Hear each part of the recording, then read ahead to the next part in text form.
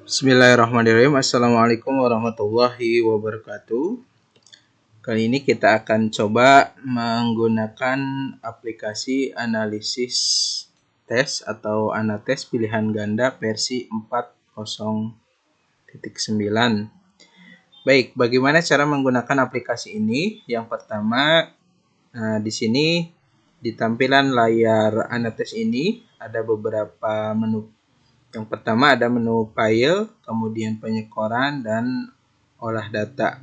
Nah, jika kita misalkan akan membuat data baru, maka kita mulai dari buat file baru. Nah, kemudian jika datanya sudah ada dan akan kita edit, kita bisa menggunakan edit data mentah. Nah, bila filenya berupa file yang sudah ada dan akan kita buka, maka kita buka dari bagian ini, baca file yang sudah ada. Kemudian ini untuk menyimpan data yang sudah kita buat ya. Nah, ini untuk menyimpan data dengan nama yang lain ya. Kemudian ini untuk keluar dari aplikasi Anates. Nah, di sini untuk penyekoran ada beberapa menu: penyekoran data, skor di bobot, olah data otomatis. Nah, ini adalah tampilan untuk data-data yang akan nanti ditampilkan berdasarkan hasil analisis tes dari data yang kita buat ya. Mulai dari reliabilitas, kelas unggul dan kelas asrol atau kelas rendah, daya pembeda soal, tingkat kesukaran soal, korelasi skor butir dengan skor total, kualitas pengecoh, dan rekapitulasi analisis butir soal secara keseluruhan. Baik, kita akan coba menggunakan aplikasi ini dimulai dari awal, yaitu membuat file baru. Kita klik file baru. Nah, kemudian di sini muncul subjek yang akan kita gunakan, itu ada berapa siswa, kemudian jumlah soalnya juga berapa ya. Nah, misalkan kita dalam satu kelas itu ada 20 siswa, maka kita ketikkan 20 ya. Kemudian butir soal yang akan kita input ke aplikasi ini ya, yaitu sebanyak 20 butir soal atau 20 soal PG ya. Kita ketikkan 20. Nah, kemudian di sini untuk jumlah jawaban ini adalah option ya. Kalau misalkan 5 option maka kita ketikkan 5, kalau misalkan 4 kita ketikkan 4. Nah, ini sebagai contoh kita menggunakan 5 option ya sampai E. Kemudian klik OK. Nah, pada bagian ini kita akan menginputkan data. Nah, ada tampilan kembali ke menu utama kalau kita akan kembali ke menu awal tadi ya. Nah, ini kalau kita akan membuat file baru, menyimpan data ya, membaca file yang sudah ada dan mencetak ya dalam bentuk file, atau kita simpan atau langsung dicetak menggunakan printer ya. Nah, langkah awal untuk mengisi bagian-bagian ini, yang pertama kita akan memasukkan kunci jawaban ya. Misalkan kunci jawabannya yang pertama nomor 1 ya. Nomor 1 itu adalah C, kemudian B, C, D, E, A, C, B, D. Nah, ini kalau kita misalkan salah mengetikkan huruf, nah misalkan kita mengetikkan huruf selain A sampai E, maka akan muncul peringatan seperti ini ya. Kita masukkan lagi terus ya. A, C, B, D, E, A ya. Satu lagi E ya. Kemudian kita masukkan nama siswa. Nama siswanya misalkan adalah Ahmad ya. Ahmad. Nah, Ahmad ini nanti di jawaban yang diberikan Ahmad di kunci jawaban, nah misalkan nomor 1 dia menjawab C, maka kita masukkan C ya. Nah, mungkin ada pertanyaan untuk hurufnya, apakah harus huruf kapital atau huruf kecil? Nah, ini bisa dua-duanya ya. Jadi kalau mau kapital boleh ya, kemudian mau huruf kecil juga bisa ya. Nah, tetapi usahakan konsisten, kalau kecil-kecil semua, kalau besar-besar semua. Nah, kemudian nomor 2-nya E, nomor 3-nya E, misalkan ya, nomor 4 C, dan seterusnya ya, kita isikan sampai seluruh data terisi ya. Nah, dan pada bagian ini memang harus diketikkan satu persatu, tidak bisa kita copy paste dari Excel ya. Nah, selain ketika kita menginput data ke sini bisa jadi terjadi kesalahan. Nah, di bagian bawah ini ada menu-menu yang bisa kita gunakan. Nah, misalkan kita akan menambahkan subjek baru ya. Kemudian menyisipkan subjek, misalkan di sini akan kita sisipkan ya. Kita sudah ketik ternyata ada yang kelewat, kita akan sisipkan misalkan ya. Menghapus subjek ya. Kemudian juga menghapus butir soal ya. Kemudian hapus banyak subjek. Nah, ini kalau kita ingin menghapus beberapa subjek ya sekaligus ya. Baik, jadi nanti kita setelah selesai semua menginputkan ya, baru kita nanti akan menganalisis. Oke, saya coba kita akan gunakan yang sudah ada. Jadi nanti silakan teman-teman diisi sampai selesai ya.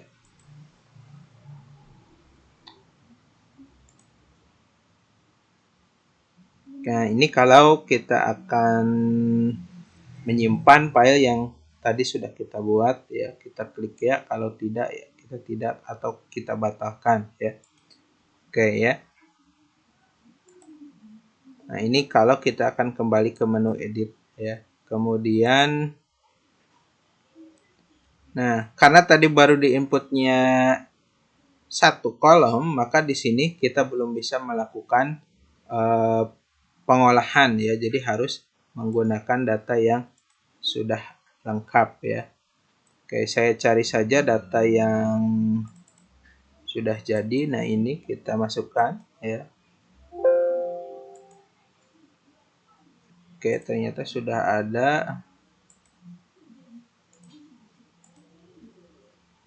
Oh iya, mungkin ini harus kita close dulu.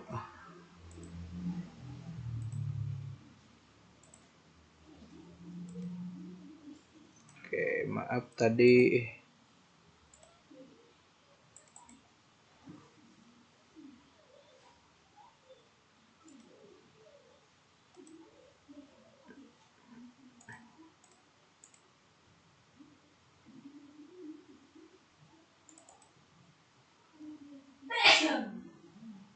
Oh, jadi ternyata data yang tadi yang sebetulnya sudah ada, ini ke replace ya dengan data yang tadi saya buat ya.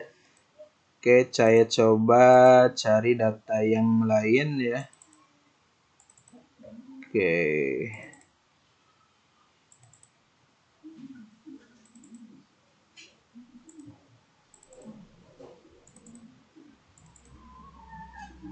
Oke ya, ini kita coba menggunakan data yang sudah jadi ya. Nah, ini data yang sudah jadi.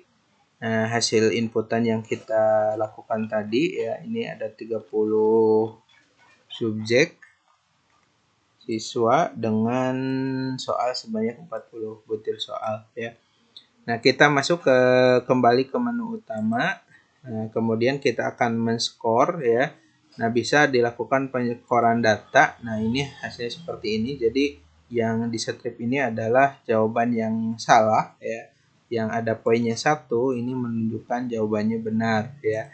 Kemudian juga di sini bisa kita urutkan secara otomatis ya, dari yang terbesar skornya ini 24 sampai yang terkecil ya. Kemudian juga skor bobot. Nah, ini menunjukkan benar salah dari jawaban yang diberikan oleh siswa berdasarkan hasil jawaban yang kita rekap ya. Kemudian ini untuk melakukan penyekoran secara otomatis semua yang ada di sini ya. Bisa tidak kalau dilakukan hanya kita ingin mengetahui dari pembeda saja bisa ya. Lebih mudahnya kita klik skor semua secara otomatis. Nah, maka akan muncul seperti ini ya. Oke, nah ini adalah jumlah jawaban benar dan salah dari siswa sebanyak 30 orang dengan dengan butir soal sebanyak 40. Kemudian di sini ada korelasi EQ. Nah, di sini adalah menunjukkan korelasi EQ ini adalah menunjukkan tingkat validitasnya ya, di mana validitasnya terletak pada rentang 0,6 sampai 0,6 sampai 0,8 itu termasuk kategori validitasnya tinggi dengan reliabilitasnya 0,79 ya. Ini juga termasuk kategorinya tinggi ya. Kemudian ini benar, ganjil, dan genapnya ini siswa nomor 1 ya. Dengan subjek nomor 14. Nah, ini memperoleh skor ganjil 11, skor genapnya 13 dengan jumlah total skor sebanyak 24 ya. Kemudian ini menunjukkan kelompok atas dan kelompok bawah ya. Kelompok atas dan kelompok bawah dari siswa yang melakukan tes tadi sebanyak 30 orang ya. Di anates ini pengkelompokan tinggi dengan rendahnya ini menggunakan 27%. Berarti nanti 27 per 100 dikali 30 siswa ya, diperoleh kelompok atasnya 8, kelompok bawahnya adalah 8 juga ya. Nah, di sini menunjukkan daya pembeda dari soal nomor 1 sampai nomor 40. Nah, di sini nomor butir soal 1, kelompok atas ada 3 orang yang menjawab benar, kelompok bawah tidak ada ya, daya bedanya 3 ya, indeksnya 37,50% ya. Ini di anates ini menggunakannya prosentase. Jadi nanti lihat di buku panduan itu ada indeks-indeksnya. 37,50 itu termasuk kategori soal yang bisa membedakan ya, daya pembedanya kalau tidak salah termasuk baik ya. Nah, kemudian tingkat kesukaran ya, tingkat kesukaran soal. Nah, ini nomor 1 butir 1 ya. Ada yang menjawab betulnya 3 ya, tingkat kesukarannya 10%. Nah, ini termasuk kategori soal yang sangat sukar ya. Nah, kalau daya pembeda itu belum ditafsirkan di sininya. Nah, ini harus kita tafsirkan manual ya. Nah, kalau tingkat kesukaran sudah ditafsirkan oleh aplikasi, jadi sudah ada ini 10% termasuk sangat sukar ya. 16,67% ini termasuk sukar ya. Soal-soal yang tergolong sangat sukar itu sebaiknya memang yang harus kita buang, termasuk soal yang sangat mudah. Nah, ini misalkan ini ya, nomor 13 dan mudah. Nah, ini juga bisa kita buang ya. Nah, yang kita bisa pertimbangkan adalah soal-soal yang termasuk kategori sedang. Nah, ini ya, soal-soal yang termasuk kategori sedang. Ke bagian bawahnya ini adalah korelasinya. Korelasi di sini berarti menunjukkan tingkat validitas dari soal-soal yang kita ujikan tadi ya. Nah, ternyata nomor 1 ini sangat signifikan ya. Nomor 1, nomor 2, nomor 3 sangat signifikan. Artinya apa? Soal ini termasuk kategori soal yang valid ya. Sementara nomor 4 ini termasuk kategori soal yang tidak valid ya. Nah, kita lihat nomor 4 ini kenapa bisa jadi seperti itu. Ternyata soalnya sih termasuk sedang ya. Kemudian nah ini ya. Ternyata daya pembedanya juga jelek ya. Daya pembedanya minus. Nah, kalau minus seperti ini biasanya ada angka kebalik ya. Maksud angka kebalik di sini kelompok atas tidak bisa menjawab sementara kelompok bawah bisa menjawab. Ini kan yang kelompok atas satu orang yang bisa menjawab pertanyaan untuk nomor 4 ini ya. Kemudian kelompok bawah justru 5 orang bisa menjawab, sehingga di sini ya untuk nomor 4 ini daya pembedanya minus ya. Nah, ini soal yang seperti ini sebaiknya kita buang ya, karena posisinya juga tidak valid, kemudian indeks kesukarannya memang bagus sebetulnya ya, sedang. Nah, tetapi di sini daya pembedanya minus ya, berarti tidak bisa membedakan. Nah, kemudian ada juga yang strip seperti ini ya. Ini strip ya, berarti soal ini tidak valid ya, tidak valid ya.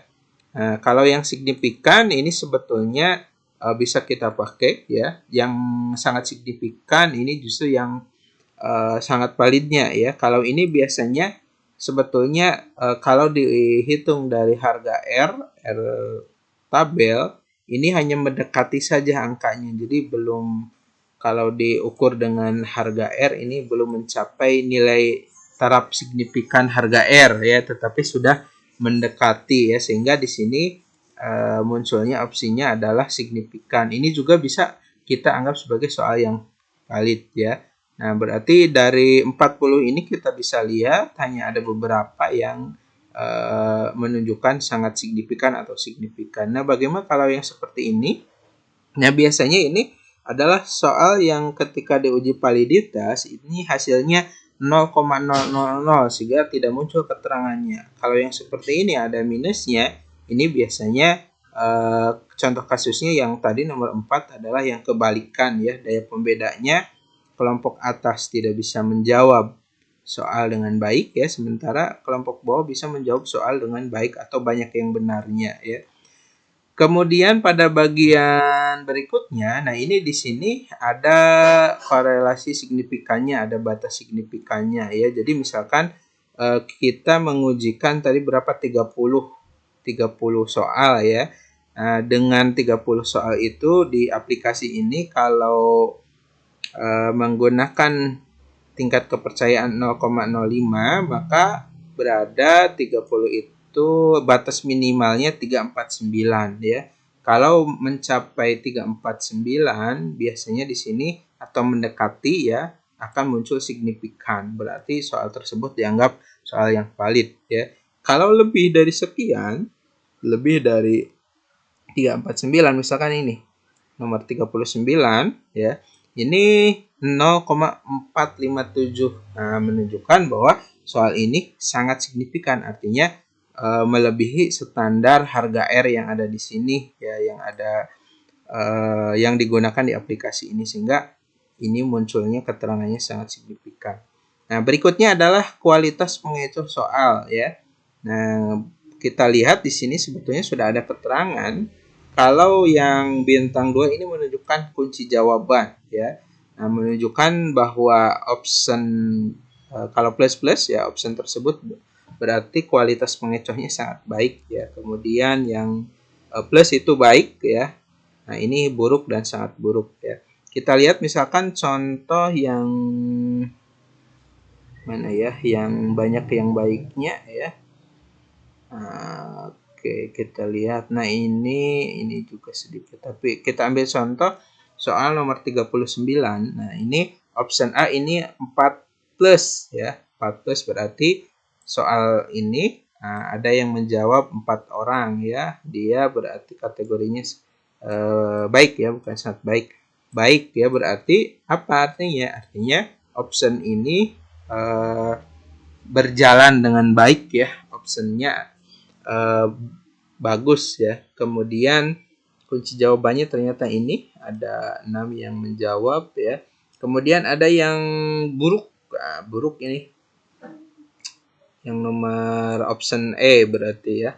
Option E ini sangat buruk ya.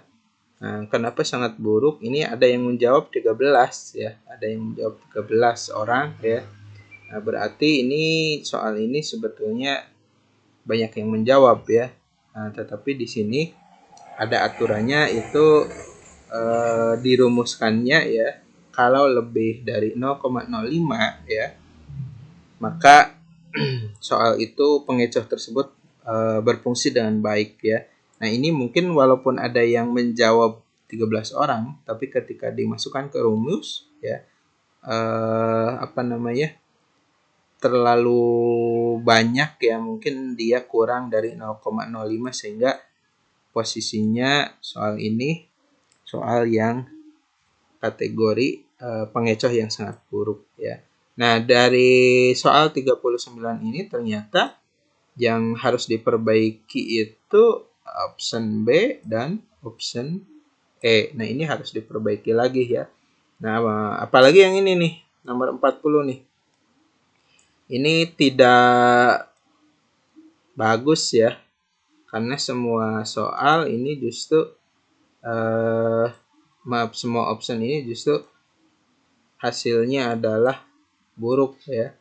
Hasil kualitas pengecohnya buruk dan hampir semua bisa menjawab soal nomor 40 ini ya, karena jawabannya ini B ya, tapi di sini ternyata hampir semua bisa menjawab, artinya ada kecenderungan hampir semua bisa menjawab ini, sehingga option-option yang ditawarkan di sini ini tidak berfungsi dan baik ya. Nah, berikutnya di bagian bawahnya ini ada keterangan ya keseluruhan mengenai soal yang kita ujikan tadi. Nomor 1, nah ini soal ini daya pembedanya 37,50 ya, sedang ya. Kemudian tingkat kesukarannya termasuk sangat sukar ya. Ininya 37 itu kalau tidak salah baik ya, baik. 37,50% itu baik ya. Kemudian ininya sangat sukar. Korelasinya ya, ini menunjukkan validitas ini 0,473, ini sangat signifikan. Nah, sehingga apa rekomendasi yang bisa kita buat untuk soal ini ya? Ternyata signifikan tapi sangat sukar. Bisa jadi soal ini tidak kita pakai ya. Tidak kita pakai. Kenapa? Ini nomor 1 ini sangat sukar ya. Kemudian nomor 2 dengan 3 bagaimana? Nah, ini juga ternyata termasuk kategori sukar ya. Sebetulnya masih bisa kita pakai yang ini ya, walaupun sukar. Nah, yang sebaiknya dihindari ini yang sangat sukar, sangat mudah ya. Yang sukar dan mudah pun sebetulnya sebaiknya ini masuk apa ya, zona kuning lah, sebaiknya mungkin tidak dipakai ya. Tapi kalaupun mau dipakai bisa saja ya, bisa saja kita pakai karena kita lihat di sini validitasnya juga oke, ya pembeda oke, cuma memang di tingkat kesukaran termasuk sukar ya. Ini sebetulnya masih bisa kita pakai ya. Kalau yang ini sebaiknya memang tidak kita pakai karena kategori sangat sukar ya. Termasuk yang nomor 13 ya. Mau kita pakai enggak ini ya. Nah, ini nomor 13 ini daya pembedanya jelek nih, 2,25% ya. Sangat mudah. Nah, tapi kayak gimana ini valid nih Heman ya. Nah, ini juga sebaiknya tidak kita pakai ya. Tidak kita pakai ya. Nah, bagaimana kalau kita ingin gunakan ya soal-soal yang tadi dikategorikan sebagai soal-soal yang sangat sukar atau sangat mudah ya. Ini ya otomatis harus kita buang. Tapi kalau yang kasusnya seperti ini ya, yang seperti ini yang apa, beberapa optionnya kurang berfungsi tapi di sini termasuk kategori soal yang valid, kemudian tingkat kesukaran sedang, daya pembeda baik, ini bisa kita perbaiki ya. Oke. Nah, ini nomor 29 ini tidak ada keterangan ya. Kenapa? Karena memang hasil pengujiannya hasilnya 0,00. Nah, ini soalnya daya pembedanya sangat buruk ya. Kemudian soalnya sangat sukar, hasil validitasnya juga ini tidak valid ya, sehingga soal ini tidak kita gunakan ya. Baik, ini sekilas penjelasan mengenai Anates. Nah, sekarang bagaimana kalau kita akan menyimpan file ini dalam bentuk Word ya. Nah, kita pilih bagian ini, cetak file ya. Memang bentuknya bukan file Word tapi teks ya, teks file ya. Nah, ini seperti notepad ya, notepad. Jadi nanti kita save saja, ganti nama ya, misalkan di sini uji coba ya, ini misalkan output uji coba ya. Output uji coba. Kemudian save ya. Nah, kemudian bisa juga ini kita print langsung ya, cuma harus terkoneksi dengan printer ya. Nah, ini bisa langsung kita print ya. Kalau ini dipindahkan ke Word ataupun ke Excel biasanya berantakan ya, jadi lebih baik di print langsung ataupun kita cetak dalam bentuk notepad ya, atau text file ya. Baik, terima kasih. Itu penjelasan mengenai bagaimana penggunaan Anates ya. Nah, Selanjutnya, bagaimana kalau untuk penggunaan Anates? Ini kan yang pilihan ganda, yang essay ya. Nah, ini sebetulnya sama saja ya. Sama saja cara penggunaannya sama, hanya mungkin skor yang diinput berbeda ya. Oke, kita buat file baru. 10 saja. Oh, maaf, harus di close dulu ya. Karena kita akan menggunakannya yang essay ya.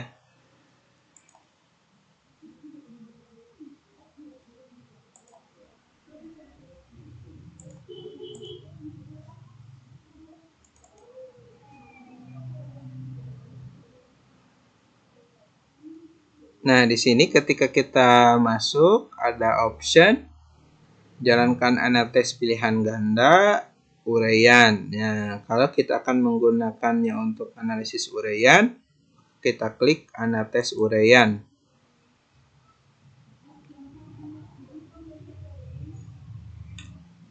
Nah, sama menu-menunya dengan yang tadi, yang PG ya, kita klik file baru misalkan 10. Subjek butir 10 soal, oke. Ya, nanti sama kita menginputkan dulu. Kalau tadi adalah jawabannya, maka ini adalah skor idealnya. Misalkan skor idealnya ini 10, ini 20, maaf, ini 15, ini 20 ya. 10, ini 5, ini 5, ini 5, 10, 10 ya. Nah, nanti skor totalnya 100 misalkan ya. Ini tidak saya hitung ya. Oke, namanya misalkan Siti ya. Nomor 1 mendapat skor maksimalnya itu adalah 10, misalkan mendapat 6 ya. Nomor 2 mendapat 7, misalkan nomor ini mendapat 11 ya. Nomor 4 12, nomor ini 10, ini 3, misalkan ini 4, ini 4, ini 9, ini 8 misalkan ya.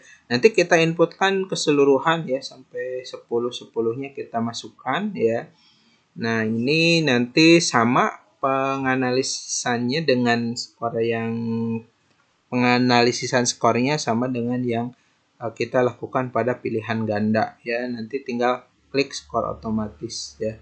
Nanti akan muncul hasilnya dan penafsirannya pun sama dengan yang kita lakukan seperti pada Anates pilihan ganda. Oke, itu saja terkait dengan bagaimana menganalisis tes pilihan ganda dengan tes uraian menggunakan aplikasi Anates. Terima kasih. Wassalamualaikum warahmatullahi wabarakatuh.